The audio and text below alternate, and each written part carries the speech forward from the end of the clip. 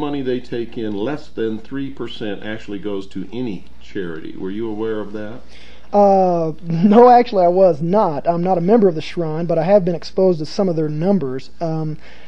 I was hoping that it would at least be a little bit higher than that, because that says bad things about the Masons who are members of the Shrine. And as most people know, the Shrine is probably one of the largest quote-unquote charity organizations that there is. And one of the richest. But most of the money seems to go back into the lodge, or to the members, or to the retirement funds, or to the payment of the lodge officers. And this is something else people don't realize, that the lodge officers are paid and they have a retirement fund set aside for them. Is that true? Yes, that is true.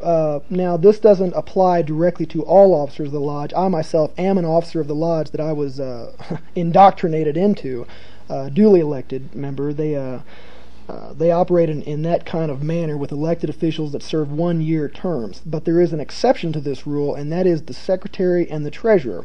And the secretary keeps the books, and the treasurer keeps the money, and that points a very big finger as to where the true power in every lodge lies, because these two gentlemen who held these offices usually hold them for years and years and years. And they're not elected, and they're not accountable.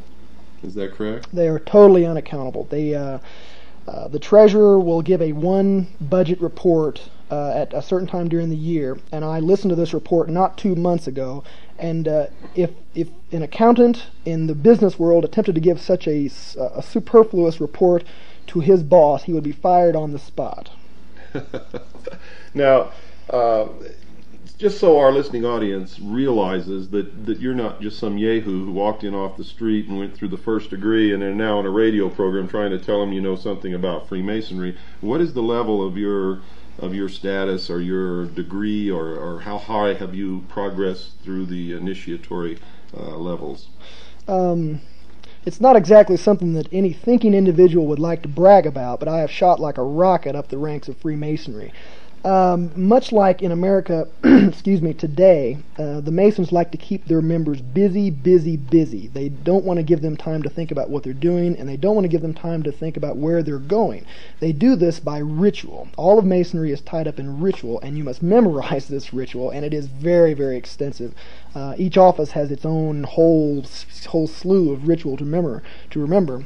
But I worked hard. I've got a good memory. I rose through the ranks, and I'm now a 32nd degree Mason of the Scottish Rite of Freemasonry, Southern Jurisdiction, United States of America.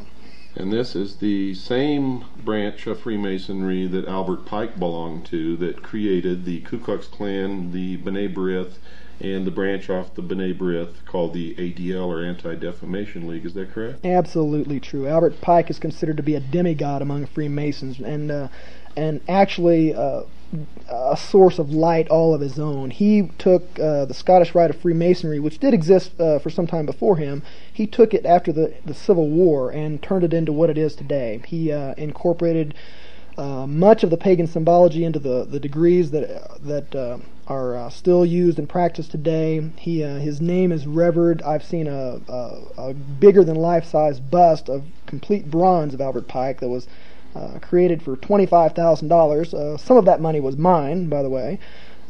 They treat him next to godhood in the Scottish Rite of Freemasonry. Were you aware that Albert Pike was in constant communication and in concert with Giuseppe Mazzini in creating, not only creating, but Albert Pike at one time was the sovereign grand commander of all Freemasonry in the world, and operated in concert with Giuseppe Mazzini in control of what we now know is the world body known as the Illuminati?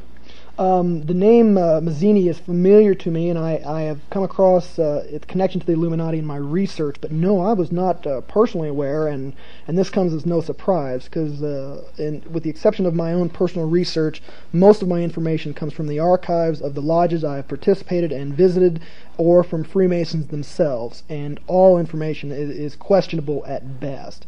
Never once, with the exception of one word, have I heard any reference to the Illuminati, and yet my own research points exactly in their direction for the true source of the Masons' power and the reason for their concealment. But no, I did not know about Mazzini. Do the members of the lodge consider themselves to be illumined? All of them do. Without even knowing the definition of the term, the true definition of the term, they consider themselves illuminated. They go around, they have that secret little smile, and they generally talk, no, not generally, they always talk down about most of the other people in the world, and I've even heard grown men refer to fellow Americans, brothers, as profane, simply because they had not advanced through the ritual of Freemasonry.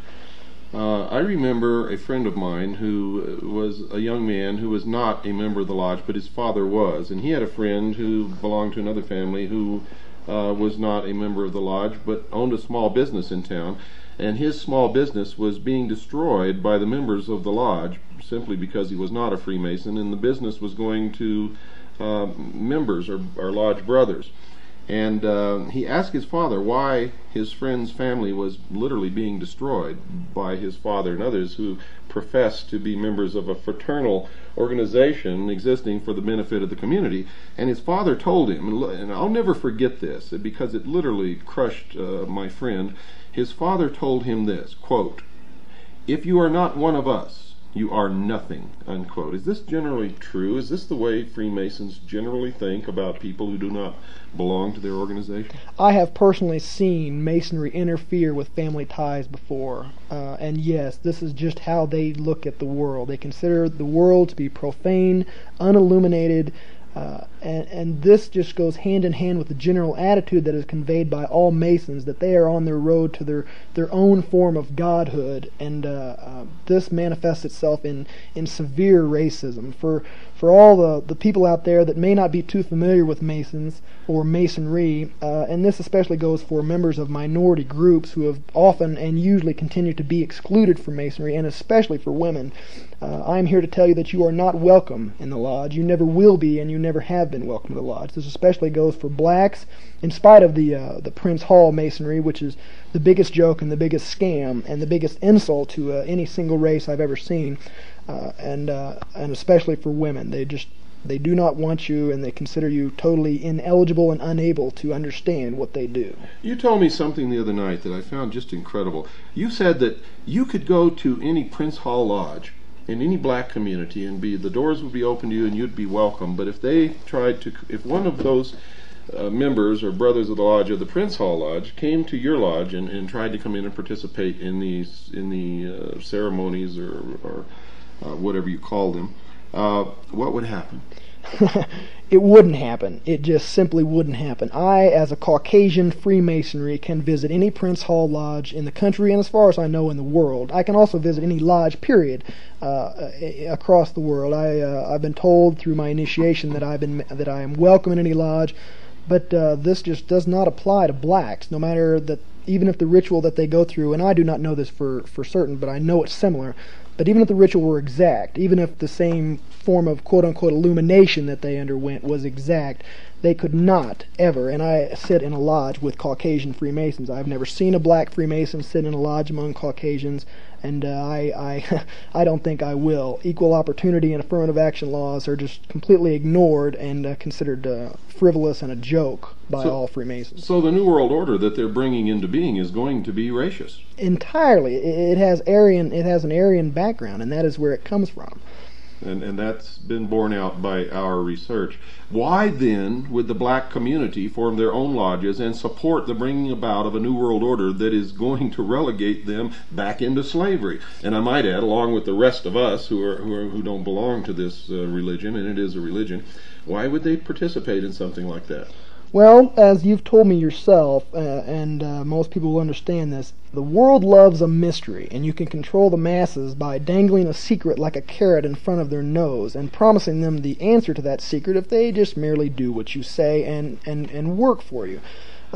This, together with man's own entirely fallible human nature, and the selfishness of man and the ego of man, they want to be something. They want to be better than the people around them that they see. And since they have been told straight out that they can never advance to the ranks of Caucasian Freemasons, they have settled for just being better than their own people and excluding other blacks from joining their own lodge. So one of the holes that Freemasonry has over people is that ordinary people whether they be black, white, Oriental, Hispanic, doesn't matter. They want to be part of the elect. Is that true? Exactly. That they want to join the elite. They'd like to look down on their fellow man. Okay. But now, if nobody coerced you, nobody proselytized you, how did you get into the lodge? I went to the door and I knocked on it.